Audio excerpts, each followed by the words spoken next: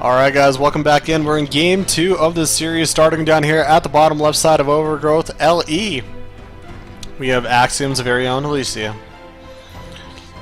Showed us some really nice defense, and also, you know, able to transition very smoothly with his high mortal count. Got the Templars, got the charge lots up, eventually just broke in, man. He just broke in. And the nice thing about having that one Archon, no matter how many force fields, NightEnD would have had right there, there was no way to hold that ramp. And unfortunately, with the Mothership Core of the Time Warp, and just kind of the positioning, the Immortals were hugged. The Immortals were hugged against Charge Lots and Immortals and Archons of Alicia, so, you know, kind of a little bit of an unfortunate scenario there for NightEnD. But over here at the top right side of the map, representing NRS, we do have Europe's very own NightEnD.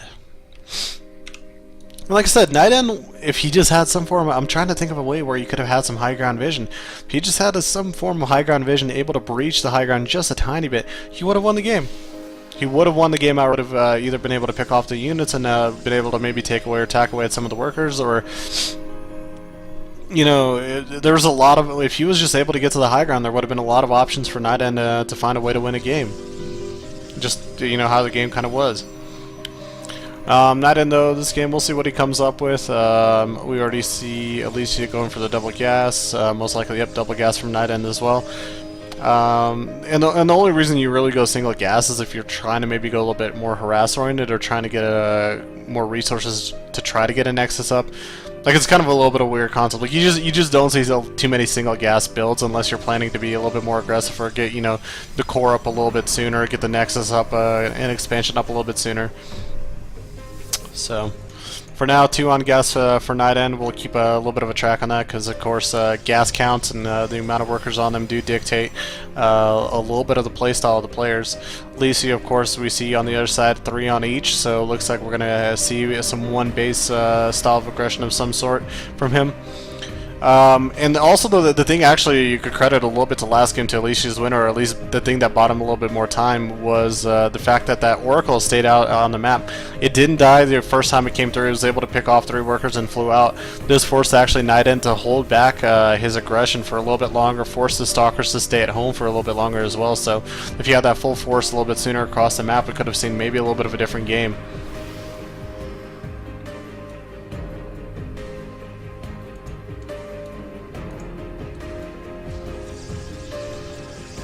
NightEnD fully saturated now as well.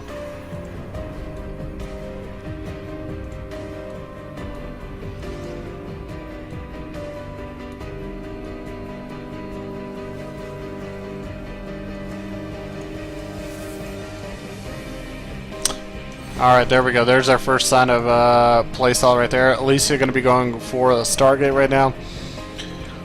And at any point in time in game, you have to respect the Stargate. I'm sorry, but you have to respect the Stargate. You just have to. NightEnD might be a little bit disappointed here with his opener. Now, he's dropping that expansion, but because this isn't a double gate opener, I'm a little bit worried for him. If an Oracle flies in here, Oracle could wipe out 2 sentries within a blink of an eye. So good to see at least his Stalker follow-up is coming up over here. He's going to need some multiple defense positions for himself as well. We do have a Probe as well as a Stalker holding the Watchtower, so they will be able to spot if anything comes across the map. We do also have a little bit of a hidden probe here at the bottom right side of the map, so we'll kind of keep an eye on it. I don't think it's going to come into play for a while, but who knows? If the game progresses long enough, we'll probably see some more forward pylons getting placed on this side of the map. Out of the Stargate this time, no Oracle, but we do have Phoenixes now. Phoenixes could be a little bit fun to watch, because if they come out in a little bit heavier quantities, then, well, you know, as long as you keep them alive, that's the key. As long as you keep them alive, they become pretty damn dangerous, because they start lifting off. They help you a lot, especially in terms of pushes as well, because if in fact Alicia does go for a one base build of some sort right now, or just tries to follow up with something like even say Phoenix Quick Immortals, you know, you just use the Phoenixes to lift up the Stalkers, you just use the Phoenixes to take away some of the ladder units out of the way, lift up the sentries so they can't force field off. You know, there's a lot of variety that you could utilize Phoenixes. I actually really like the units. They're very fun to watch, high pace, quick, can be harass oriented, can be engagement oriented, can be game winning as well. Now Photon Overcharge getting activated on 2 Phoenixes I don't know about that. That's a little bit of a quick reaction, a little bit too quick of a reaction. Now third Phoenix coming on in here, going to start picking off at the Sentry, kills the Sentry, but loses a Phoenix along the way. So a little bit risky right there from Alicia, but I guess worth it for the time being.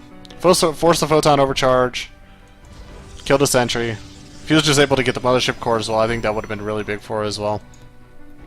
Alicia, meanwhile, grabbing his natural behind all of this. Cutting out Stargate production for the time being, getting Immortals built.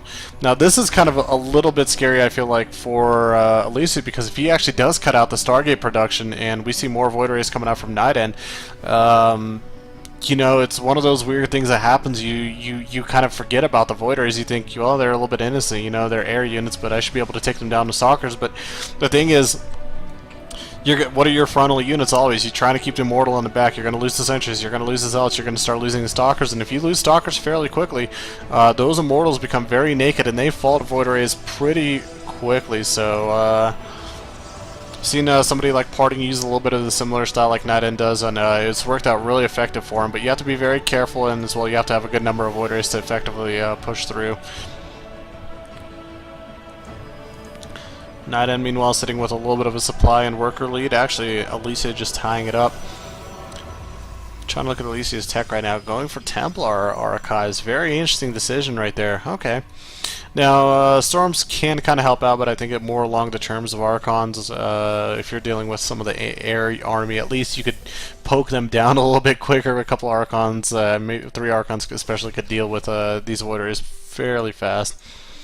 NightEnd, meanwhile, keeping all of his units right now under his mineral line in case, you know, an Oracle flies in or some other unit of harass. Again, I think there's still those 2 Phoenixes out on the map, and there they are.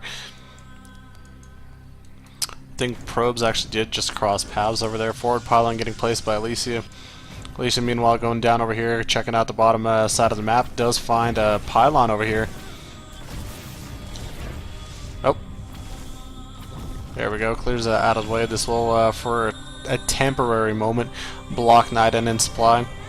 Alicia, meanwhile, might find himself a good catch right now. We do have some sentries and just general units trailing back home. You got to be very careful. Force fields get placed down.